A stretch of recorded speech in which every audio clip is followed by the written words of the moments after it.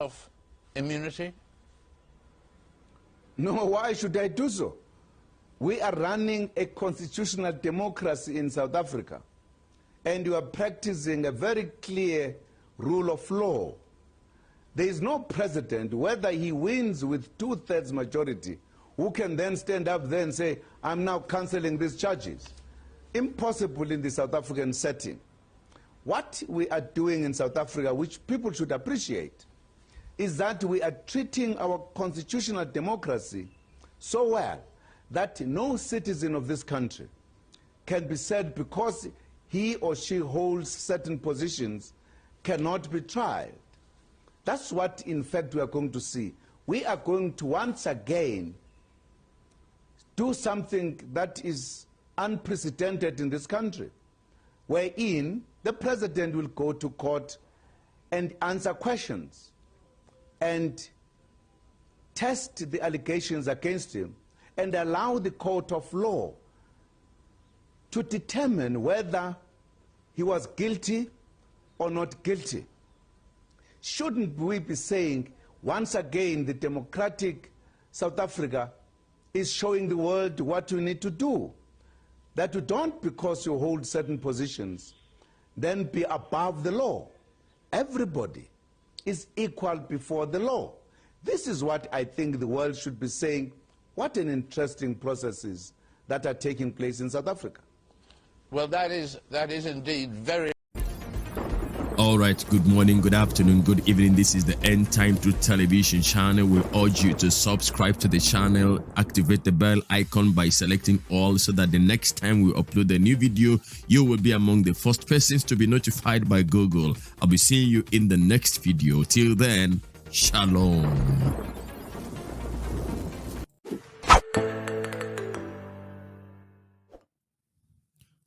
Hello everyone, good morning, good afternoon, good evening, and God bless you. It is very sad to what has been happening in South Africa for some days now, and it is said to be a protest against the conviction of the former president of the Republic of South Africa and his consequent imprisonment.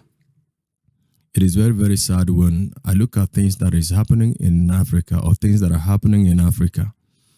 It is very, very unfortunate that Africa is so endowed. Africa is highly endowed.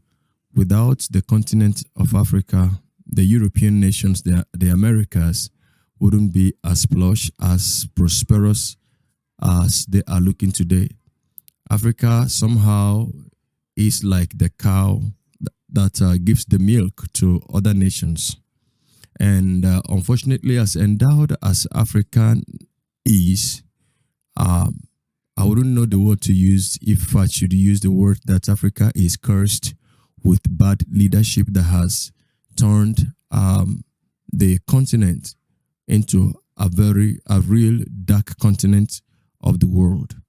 Unfortunately, the clergymen, the religious leaders in Africa have not in any way helped. By this, I'm not implying that every religious leader, every preacher in Africa, that every one of them is bad. But it is very, very unfortunate that we are so religious, we are so godly in quotes, but then, we are at the same time too far away from reality. It is quite disheartening that in spite of our cry for, or our shout, our claim for knowing God and being godly and being a people that seek God enough, it is so unfortunate that we are at the place we are underdeveloped. We have leaders who are, happy to feed themselves to the detriment of the rest of the citizens of their countries and their nations. And why I made mention of religious leaders was that recently, for some obvious reasons, I'm not going to call the name of this person, even though that there are those that don't take seriously as pastors or prophets, in their claims. But I recently heard one of these Facebook preachers, blaming the government of South Africa for having the balls to jail a former president of the nation. Now, from where I am coming, from my own point of view, is not that I have implicit information as per what transpired, but then it is unfortunate that people are like, how can they jail a whole former president of a nation? How can a whole former leader of a nation, be allowed to go to prison? Now, if it is truly proven that this former president, this whole former president of this nation had enriched himself to the detriment of the poor people in South Africa, I wouldn't know why or what makes anybody think that he is not supposed to be in prison. Now, this is the problem we have. And so a pastor so-called now clamoring for other measures to be meted out to a man. Now, every man is equal in the sight of God, only that there are people who have been privileged to have to gain access in certain things of life that every other person may not gain access to. And then, if all things are equal, actually, leaders are elected and appointed to serve the purpose of the people and not their own purpose. But Africa is where you have leaders that once they are in power, now the only thing that they want to do is to enrich themselves, amass too much wealth that their 10th generation will not be able, to spend it enough if they stopped working. Now, this has been the dream, and that is why you see them killing themselves when it comes to electioneering campaigns and all that. You see them tarnishing the image of the other person because there is an investment going on and everybody is targeting return on investment. Now, what am I saying? What I'm saying is that seeing South African youths and those that you think ought to know better, even women, breaking stores and looting goods in the name of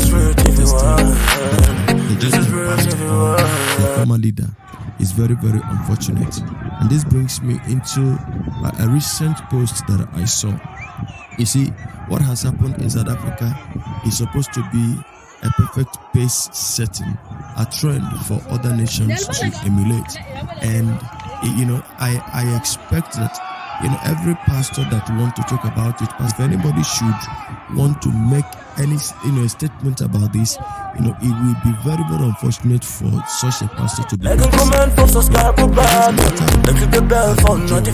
doesn't matter whose ox is God, so long as you have broken the law. I saw an official of the government. I'm so proud of the person that South Africa is operating constitutional democracy. And if this government, has decided not to interfere, as I tell you, I can assure you, this kind of a thing may never, let me not use the word will, may never happen in my own country.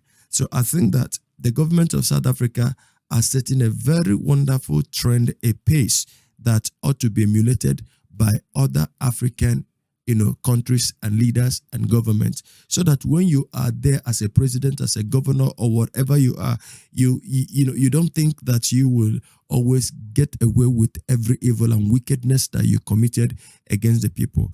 Here in my nation, this is a place where you have, millions of dollars stashed in a safe for many years, and it was forgotten there, and the notes expired there, and it could not be traced. Here is the country where, flats are being broken, and you are seeing, private individuals stocking up dollars, in their rooms, in their private chambers, and nothing happens to them. Nothing, the only ones we see are a handful, a very few. Now, but unfortunately, the same people who are being impoverished by these so-called leaders, so-called wicked, greedy leaders, are the same people that will come out on the street to protest against the policy of the government that is trying in a way to bring about sanity and to restore restore order and to in a way minimize corruption.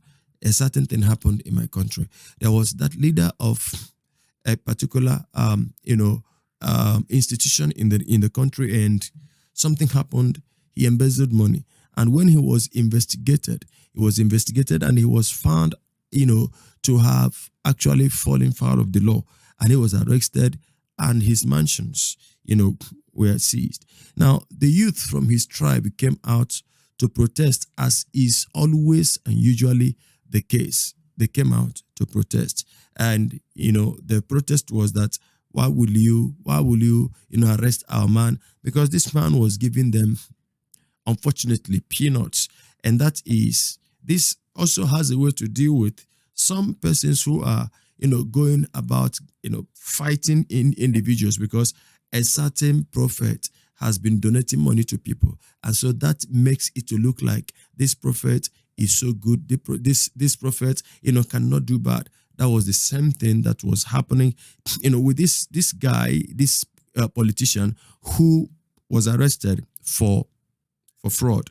And here is the lesson that everybody ought to learn. Now, what happened was that while the youths were protesting, now the leader of the EFCC, the government arm that arrested the man, now did something that is also uncommon with African leaders. African policemen, they want it with force. They love it being brutal. But this man came out and he asked the protesting youth, he said, if I tell you all how this young man has contributed to the underdevelopment of your region, you youths will be ashamed to be here. I believe George has so much to tell why EFCC is after him. Now, let me ask you, did George tell you that EFCC is after him because they found billions of naira in one Eluantaziba George's account? This is the account of his 5-year-old daughter. 2. Did he also reveal to you all that huge sums of money amounting to billions were discovered in the accounts of the following companies owned by him without any traceable office except one or two? 1. Kolo Creek Petroleum Development Company, Joham Telecoms Nigeria Limited, Adakaboro Marine Services Nigeria Limited, Tonoyi Nigeria Limited, Tona Global Service Limited, El Godams Global Service Limited, Yenagoa Mall Limited, Sugarland Integrated Farms Limited, Celtic Pride Engineering and Construction Limited, Celtic Pride Institute of Agricultural Studies, Building Associates Limited. Did he now, from this, you have 1, 2, 3, 4, 5, 6, 7, 8, 9, 10, 11 companies, on one man's name that was used to siphon the fund that was meant to develop his community. Now, this leader of the EFCC continued. Did he tell you that the NDDC have furnished EFCC with details of his salaries and allowances while he served as special advisor to 2 MDs, which was not even up to 30 million naira? Did he reveal to you that he collected a contract for the building of Oguya Brotherhood Village, which was awarded to one of his companies, and money was paid in full, which he converted to mere renovation of the hall? Did he reveal to you that in 2014, huge money running to billions was awarded to him for the organization of a program tagged Niger Delta Peace Carnival? A program meant for the whole of Niger Delta was then converted into Goodluck Jonathan Cup for Oguya youths only, and then embezzled the funds. Number 6, did he reveal that the EFCC have shown him various incriminating documents from NDDC detailing programs which he had collected funds for in the name of Niger Delta youths, running into billions for programs which never held? 7, did he tell you that he collected huge funds to bring light to most of your communities in Oguya? Do you have light? Did he reveal that the Kolo to Oguya electrification project awarded to one of his companies was abandoned even when full payment had been made? 8, did he tell you that the Niger Delta volunteer program designed to empower 2,000 youths of the region for 4 years with a stipend of 450,000 naira per beneficiary, that he paid 70,000 each? Please multiply 80,000 by 2,000. It will amount to 160 million naira every month, which he was receiving for 4 years, amounting to about 7.6 billion naira. Now, we are still investigating if at all he employed the said 2,000 youths. These and many more facts we have in our possession. As time progresses, more will be revealed. Now I ask you, do you still think he was really a good man with a good heart? Do you still think his intention for Ogwia people were good? Do you think he is worth protesting for?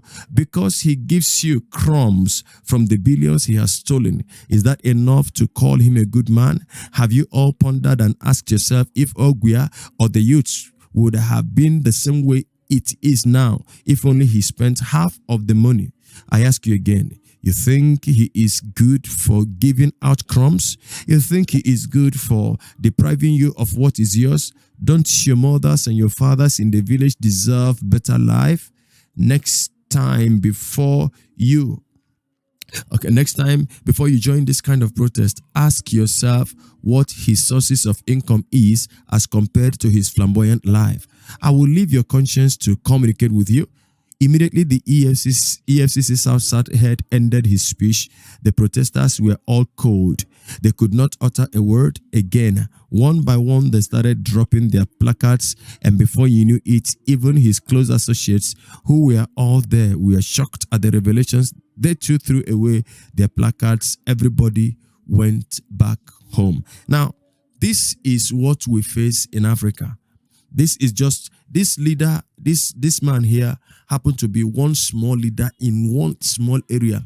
Now, the question will be, how come the whole contracts were awarded to one person and the funds paid in full, and yet he became so wicked that he failed to execute any of the project and had to turn the money in onto himself, and the youths came out to protest? That is exactly what is happening in South Africa. Now, these youths need to be educated, and the church on schools, religious centers, and places of information ought to play better role, in educating people. I think that we should have grown, above partisanship. We ought to have, outgrown that this person is from my tribe, he is from my place. Why must this be done to him? Unfortunately, before, people would want to know the source of the wealth of a wealthy man, but today, nobody cares. Even the rulers, the traditional rulers, don't care anymore. So long as there are,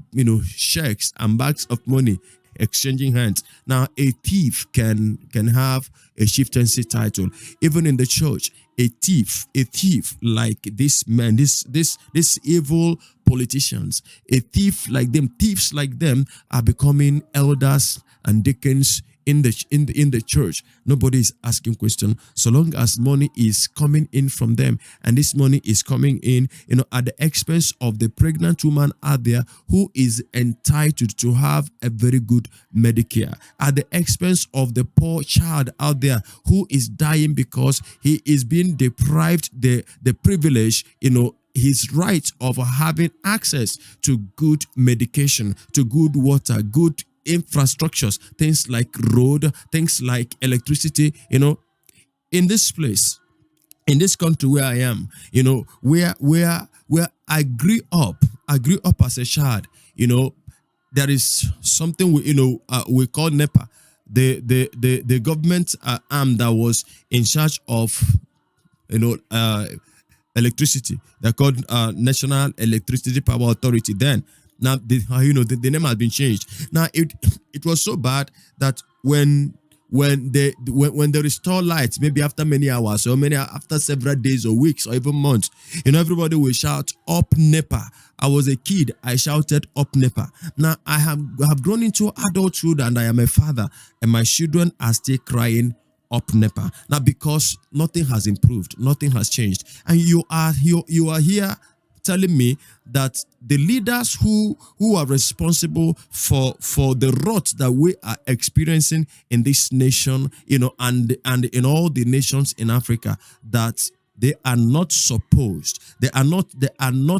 to be jailed, to be imprisoned, and one government has the ball to send one corrupt leader, if he was truly found corrupt, to prison, and people are demonizing themselves in the streets. Women are coming out to loot other people's business. I feel ashamed for Africa. I feel ashamed. I feel ashamed for some leaders, of in the church. I feel ashamed for greedy leaders. No, I don't know. I really don't know how to put it, but I feel ashamed for Africa. My heart bleeds for Africa.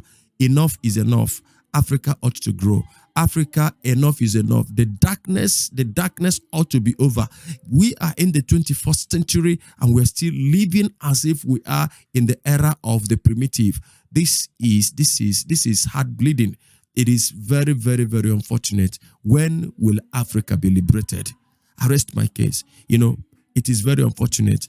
Africa must emancipate herself from mental slavery. We are so gullible. People are gullible in the church. People are gullible in the street. People are gullible everywhere. That even when you see people that you think are enlightened and you think that they ought to know better, unfortunately, when they open their mouth, you will be disappointed. As for what you will hear them speak, as for what will be coming out from their mouth, and that tells you the kind of bedevilment that this continent has gone through, and it is still going through. How I wish that every other nation, under the sun in the continent of Africa, will take the bull by the horn and begin to send every corrupt leader, past leaders, to prison, as the government of South Africa has done. Maybe this rot will be minimized. I feel pained, I feel saddened, but I think I've spoken enough. It is happening in the church. It is happening in the mosque. It is happening everywhere. Africa should rise up. It is enough. I'll be seeing you in the next video. Till I come your way again, I remain your brother in the Lord. And from me to you, shalom.